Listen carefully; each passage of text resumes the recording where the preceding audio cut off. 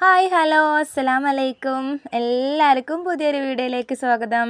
അപ്പോൾ എന്തൊക്കെയുണ്ടാണ് എല്ലാവരും വിശേഷങ്ങൾ? സുഖം തന്നെയല്ലേ എല്ലാവർക്കും? അൽഹംദുലില്ലാ ഞങ്ങളും സുഖമായിട്ട് പോകുന്നു. കഴിഞ്ഞ വീഡിയോകൾക്കൊക്കെ നിങ്ങളെല്ലാവരും തന്നിട്ടുള്ള സപ്പോർട്ടിന് ഒരുപാട് നന്ദി അറിയിക്കുകയാണ്. അതേപോലെ തന്നെ തുടർന്നുള്ള വീഡിയോകൾക്കെല്ലാം നിങ്ങളെല്ലാവരും സപ്പോർട്ടും സഹകരണമൊക്കെ പ്രതീക്ഷിക്കുന്നുണ്ട് കേട്ടോ. അപ്പം നമുക്ക് ഇന്നത്തെ വീഡിയോ കണ്ടു നോക്കിയാലോ. ഇനിയിപ്പം എല്ലാം പഴയ പടിയായില്ലേ. നമ്മൾ നോമ്പിനൊരു വേറൊരു രീതിയിലാണ് നമ്മൾ വീഡിയോ വരിക. രാവിലത്തതൊക്കെ വൈകുന്നേരം ആവും. നമ്മളെ ഭക്ഷണത്തിൽ മാറ്റം, അതുപോലെ എണ്ണക്കടിയിലെ എന്നും ഇറച്ചിയോ മീനോ അല്ലെങ്കിൽ ബീഫോ അതും ഇതൊക്കെ ആയിട്ട് അങ്ങനെ ഇനിയിപ്പോൾ നമുക്ക് അങ്ങോട്ട് തുടങ്ങുകയാണില്ലേ നമ്മളെ പച്ചക്കറി, സാമ്പാർ, പരിപ്പ് താളിപ്പ് അത് ഇതൊക്കെ പറഞ്ഞാൽ ഒരു മാസമായില്ലേ അങ്ങനത്തെ പരിപാടിയിലേക്കൊക്കെ അങ്ങോട്ട് കടന്നിട്ട്. രാവിലത്തെ ചായ, കടി, ഉച്ചക്കത്തെ ചോറ്, കറി, അങ്ങനെ സാധാരണ ആ ഒരു പല്ലവിയിലേക്ക് നമ്മൾ അങ്ങോട്ട് തുടങ്ങുകയാണ്. അപ്പം ഞാനിതാ എൻ്റെ പണിയും അങ്ങോട്ട് തുടങ്ങുകയാണ് കേട്ടോ. അപ്പം ഇന്നെന്താണ്, പത്തിരിയും മുട്ട തേങ്ങ അരച്ചിട്ട് കറിയും ആക്കാമെന്ന് വിചാരിച്ചിട്ട് അതിൻ്റെ പണി തുടങ്ങുകയാണ്. അപ്പോൾ ആദ്യം തന്നെ വേഗം കട്ടൻ ചായ വെച്ചിട്ടുണ്ടായിരുന്നു കേട്ടോ. ഒന്ന് ചായ കുടിച്ചിട്ട് അങ്ങോട്ട് തുടങ്ങാമെന്ന് വിചാരിച്ചിട്ടാണ്. പിന്നെ ഞാൻ ഒരടുപ്പിൽ മുട്ടയും കൂടെ ഒന്ന് പുഴുങ്ങാൻ വേണ്ടിയിട്ട് വെച്ചിട്ടുണ്ടായിരുന്നു. അത് അവിടുന്ന് പുഴുങ്ങലും ഒരടുപ്പിൽ ചായയും കൂടെ ആവട്ടെ എന്ന് വിചാരിച്ചിട്ടാണ്. അപ്പോൾ അത് രണ്ടും അവിടെ വെച്ചിട്ടുണ്ട്. പിന്നെ നമ്മൾ സ്ഥിരമായിട്ട് ചെയ്യുന്ന ഒരു പരിപാടി ഉണ്ട്. രാവിലെ എണീച്ച് വന്നപാടും തീ കത്തിച്ചിട്ട് ചെമ്പിൽ വെള്ളം വെക്കൽ. ആ ഒരു പണി ഇനിയിപ്പം ചൂടുകാലം കഴിയുന്നവരെ വേണ്ടി വരില്ല എന്നാണ് കേട്ടോ എനിക്ക് തോന്നുന്നത്. എന്താന്ന് പറഞ്ഞാൽ പെരും ചൂടാണ് കേട്ടോ. ചൂട് പറഞ്ഞപ്പോൾ ആർക്കും ചൂടുവെള്ളം കുടിക്കാൻ വരെ ഒന്നിനിപ്പോൾ ചൂടുവെള്ളം വേണ്ട എന്നുള്ളൊരവസ്ഥയാണ്. ആ രാവിലെയും വൈകുന്നേരം വേണമെങ്കിൽ ചിലപ്പോൾ ഒരു ഗ്ലാസ് കട്ടൻ ചായ കുടിച്ചാലായി. ബാക്കി മൊത്തം പച്ചവെള്ളമാണ് കേട്ടോ. കുട്ടികളായാലും ഞാനായാലും ഒക്കെ നമ്മൾ ആ ഒരു വെള്ളം പൈപ്പിൽ നിന്നും അല്ലെ ബക്കറ്റിൽ നിന്നൊക്കെ അങ്ങനെ എടുത്ത് അങ്ങോട്ട് കുടിക്കുകയാണ്. ആർക്കും ചൂടുവെള്ളം വേണ്ട കേട്ടോ.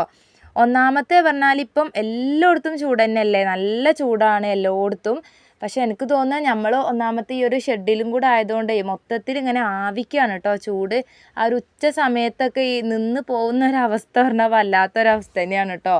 ചൂടും എന്താ പറയുക, ഒരു ഇതിൻ്റെ ഉള്ളിലൊരു വിങ്ങുന്ന ഒരവസ്ഥയാണ് കേട്ടോ. ഒന്നാമത്തെ കാറ്റും വെളിച്ചം ഒന്ന് കയറാനുള്ളൊരു ഗ്യാപ്പോ കാര്യങ്ങളോ ഇല്ലേം താനും. മൊത്തത്തിൽ ഈ ഒരു ഷീറ്റ് വെച്ച് അങ്ങോട്ട് മറച്ചതല്ലേ. അപ്പോൾ അതിൻ്റെതായ ആ ഒരു വിങ്ങലും ചൂടും ഉണ്ട് കേട്ടോ നല്ലോണം.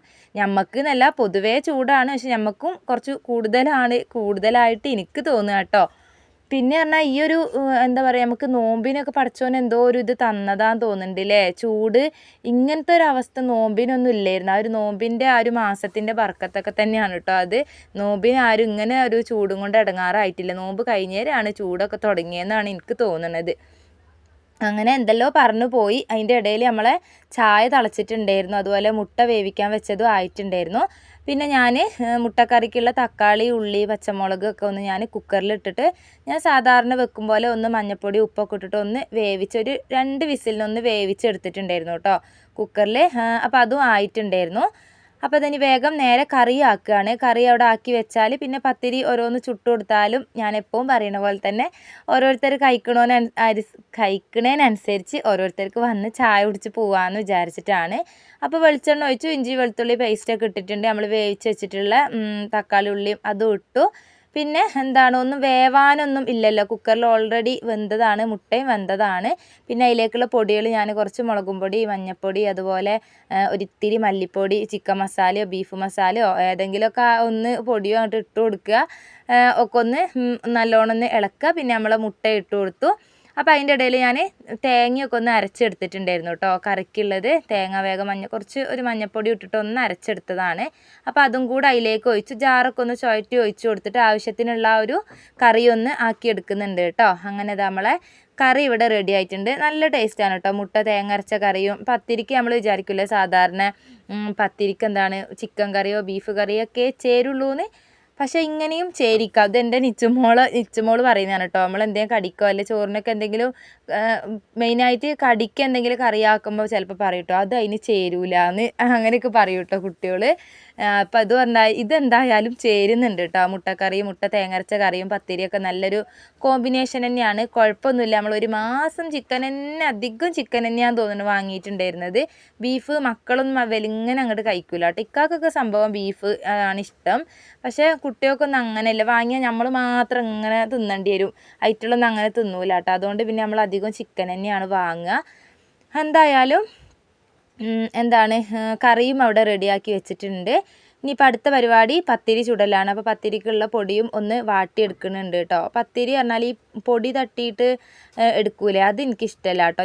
നമ്മൾ ഇതിങ്ങനെ വാട്ടിയെടുക്കുക, നല്ലോണം ഒന്ന് കുഴച്ചിട്ട് ചട്ടി അടുപ്പത്ത് അവിടെ വെക്കുക, പിന്നെന്താ പ്രസ്സിൽ പരത്തുക, നേരെ ചട്ടിയിലേക്ക് ഇട്ടിട്ട് ചുട്ടെടുക്കൂലേ, ആ ഒരു ഇതാണ് കേട്ടോ എനിക്കിഷ്ടമുള്ളൂ. മറ്റേത് എനിക്ക് അങ്ങനെ ഇഷ്ടമല്ല കേട്ടോ. ആ ഒരു പൊടി തട്ടിയെടുക്കുന്ന ആ ഒരു പത്തിരി എനിക്ക് അങ്ങനെ ഇഷ്ടമല്ല. എനിക്ക് ഇതാണ് കേട്ടോ ഇഷ്ടം. എന്തായാലും നല്ല ചൂടോടെയൊക്കെ വാട്ടിയൊക്കെ എടുത്തിട്ടുണ്ട്. ഇനിയിപ്പോൾ ജസ്റ്റ് ഒന്ന് ചൂട് തണയാൻ വേണ്ടി വെച്ചിട്ടുണ്ടായിരുന്നു. ശരിക്കും പറയുക പത്തിരി നല്ല ചൂടിൽ കുഴക്കണം എന്നാണ് പറയുക. ആ ഒരു ചൂടോടുകൂടെ കുഴച്ചാലാണ് നല്ല സോഫ്റ്റും നല്ല ഇതാവുക എന്നൊക്കെ പറയും. എന്തായാലും ഇത്തിരി അങ്ങോട്ടൊന്ന് ഒരു ഇത് വെച്ചിട്ട് പിന്നെ ഞാൻ നല്ലോണം ഒന്ന് കുഴച്ചൊക്കെ എടുത്തിട്ടുണ്ടായിരുന്നു. ഇനിയിപ്പോൾ അതാ നേരെ ചട്ടി അടുപ്പത്ത് വെച്ചിട്ടുണ്ട്. അപ്പം കൊള്ളുന്ന സ്ഥലത്തൊക്കെ അങ്ങോട്ട് ഇടുകയാണ്. ഓരോന്നൊക്കെ ചുട്ടെടുക്കുമ്പോഴത്തേക്കും ചിലപ്പം കുറേ സമയം പിടിക്കൂല വെച്ച് ഞാൻ 2 വെച്ച് ഇട്ട് കൊടുക്കുകയാണ് കേട്ടോ. നമ്മൾ ഈ ഒരു പത്തിരി ചട്ടിയാണ് ഈ വക്കിലൊന്നുമില്ലാതെ അങ്ങനെ മൊത്തത്തിൽ പ്ലെയിനായി കിടക്കുന്നതുകൊണ്ട് ചിലപ്പോൾ ഇങ്ങനെ ഊരി അങ്ങനെ പോകുന്നുണ്ട് കേട്ടോ. ഇത് ഞാനത് വാങ്ങിയപ്പോൾ ഞാൻ ശ്രദ്ധിച്ചിട്ടുമില്ലായിരുന്നു. ഇക്കയാണ് കേട്ടോ ഇത് വാങ്ങി കൊണ്ടു തന്നിട്ടുണ്ടായിരുന്നത്. എന്തായാലും കുഴപ്പമൊന്നുമില്ല, നോൺ സ്റ്റിക്കിൻ്റെ തന്നെയാണ്.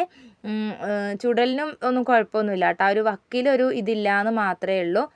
അങ്ങനെ പത്തിരിയൊക്കെ ഓരോന്നും ഈ 2 ആയിട്ട് അങ്ങനെ ഞാൻ ചുട്ട് എടുക്കുന്നുണ്ട്.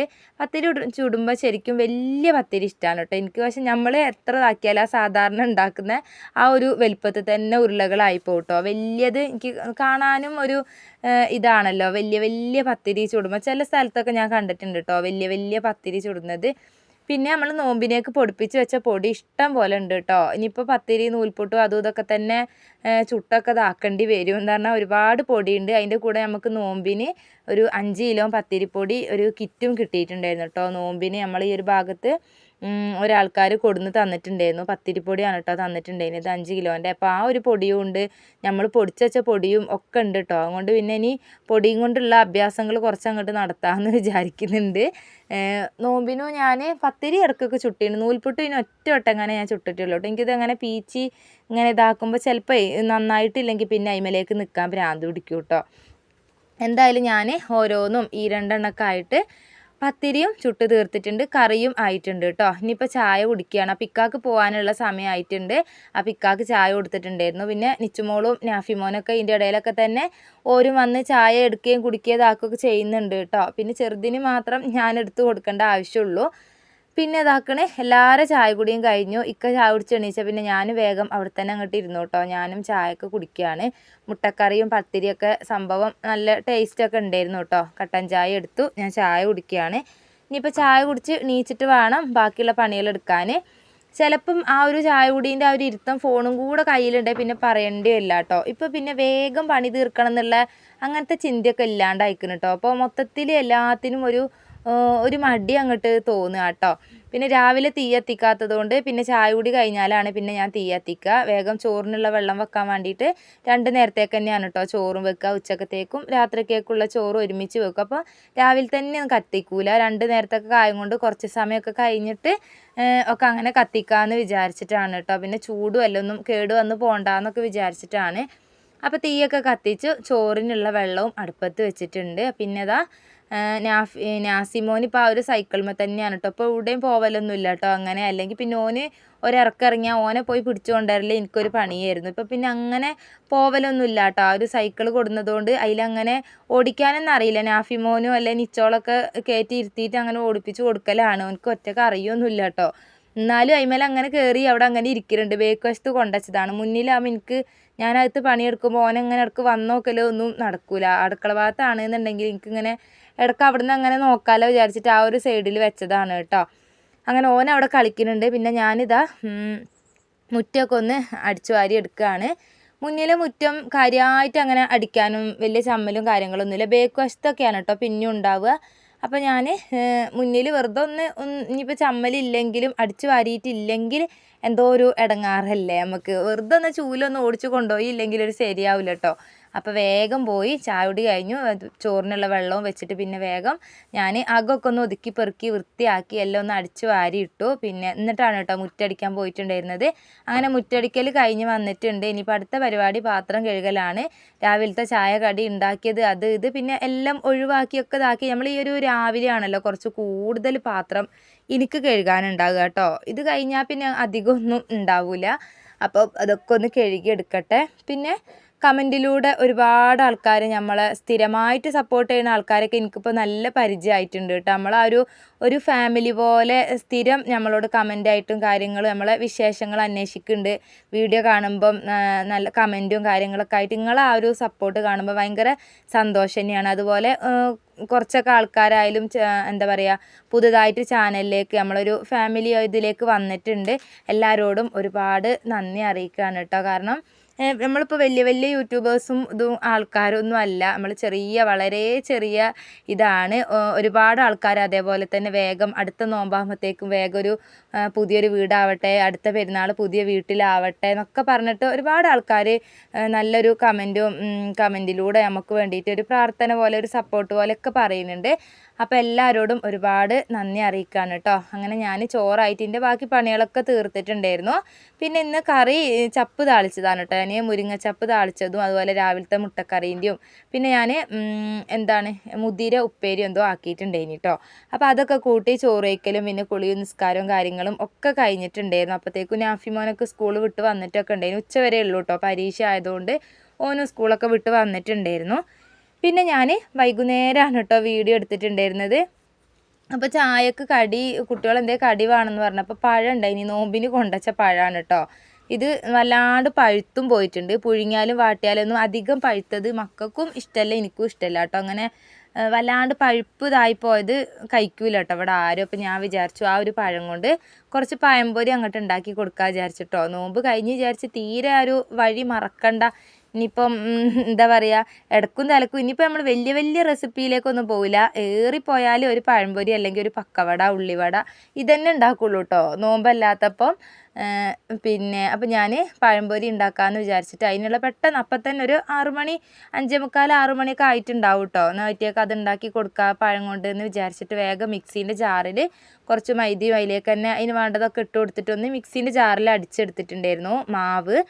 കൈ കൊണ്ട് കുഴച്ച് അത് റെസ്റ്റ് ചെയ്യാൻ വെക്കാനുള്ള സമയമൊന്നുമില്ല. മഗ്‌രിബാകുമ്പോഴത്തേക്ക് വേഗം ചായ കൂടി കഴിക്കണം എന്ന് വിചാരിച്ചിട്ട് വേഗം മിക്സീൻ്റെ ജാറിൽ തന്നെ മാവ് അരച്ചതാണ് കേട്ടോ. സമയം ഉണ്ടെങ്കിൽ പിന്നെ നമ്മൾ കൈ കൊണ്ട് കുഴച്ച് ഒക്കെ അവിടെ വെച്ചാൽ മതി. ഞാൻ പിന്നെ അപ്പക്കാരും ഇതൊന്നും ഞാൻ ഇട്ടിട്ടില്ല കേട്ടോ. അങ്ങനെ മാവ് നല്ലോണം അടിച്ചെടുത്തു. അപ്പം തന്നെ അങ്ങോട്ട് ചുട്ട് എടുക്കുകയാണ് കേട്ടോ ചെയ്തത്. എണ്ണച്ചട്ടിയും വെച്ചിട്ട് ഇത് റെഡിയാക്കി എന്ന് പറഞ്ഞ പോലെയാണ്. അപ്പോൾ വലിങ്ങനെ അങ്ങോട്ട് അപ്പം തന്നെ ചൂടായതുകൊണ്ട് അതുപോലെ ഈസ്റ്റ് ഇതൊന്നും ചേർക്കാത്തത് കൊണ്ട് അതിൻ്റെതായൊരു പൊള്ളക്കൽ ഉണ്ടായിട്ടില്ല. പക്ഷെ ഉള്ളിൽ മധുരമുള്ള പഴമായതുകൊണ്ട് സംഭവം നല്ല പഴംപൊരിക്ക് ഒരു കണക്ക് നല്ല പഴുത്ത പഴമാണെന്ന് തോന്നുന്നു കേട്ടോ. നല്ല ഉള്ളിൽ നമ്മൾ കടിച്ച് കഴിക്കുമ്പോൾ നല്ല ഇതുണ്ടായിരുന്നു. പിന്നെ ഇതാട്ടോ എൻ്റെ കുട്ടി പഴംപൊരിക്ക് വേണ്ടി ഇവിടെ വെയിറ്റ് ചെയ്യാൻ കേട്ടോ. എന്തോ ചോദിക്കണമുണ്ട്, എന്താണ് എന്നുള്ളത് എനിക്ക് ഓർമ്മ കിട്ടണില്ല കേട്ടോ. അങ്ങനെ ഞാൻ പഴംപൊരിയും അതുപോലെ വേഗം കട്ടൻ ചായ ഒക്കെ ആക്കി മേശമ്മ കൊടുന്ന് വെച്ചിട്ടുണ്ടായിരുന്നു. ഇനിയിപ്പോൾ അതിൽ ചായ കുടിക്കാനുള്ള പരിപാടിയാണ്. ഒരുത്തന് മറ്റോൻ്റെ മീനുമലാണ് കേട്ടോ ഓൻ്റെ അഭ്യാസം. ഓൻ കണ്ടിട്ടുണ്ടെങ്കിൽ ഇവനക്കൊരടി ഓൻ കൊടുക്കും കേട്ടോ. ഓൻ ഇവനെ നോക്കിയിട്ടില്ലേലും ഓൻ്റെ മീൻ നമ്മളാരും തൊടാൻ പാടില്ലേ. ഓനക്ക് ഇങ്ങനത്തെയൊക്കെയാണ് കേട്ടോ ഇഷ്ടം. പള്ളിയിൽ പോയതാണ്, വന്നിട്ടില്ല.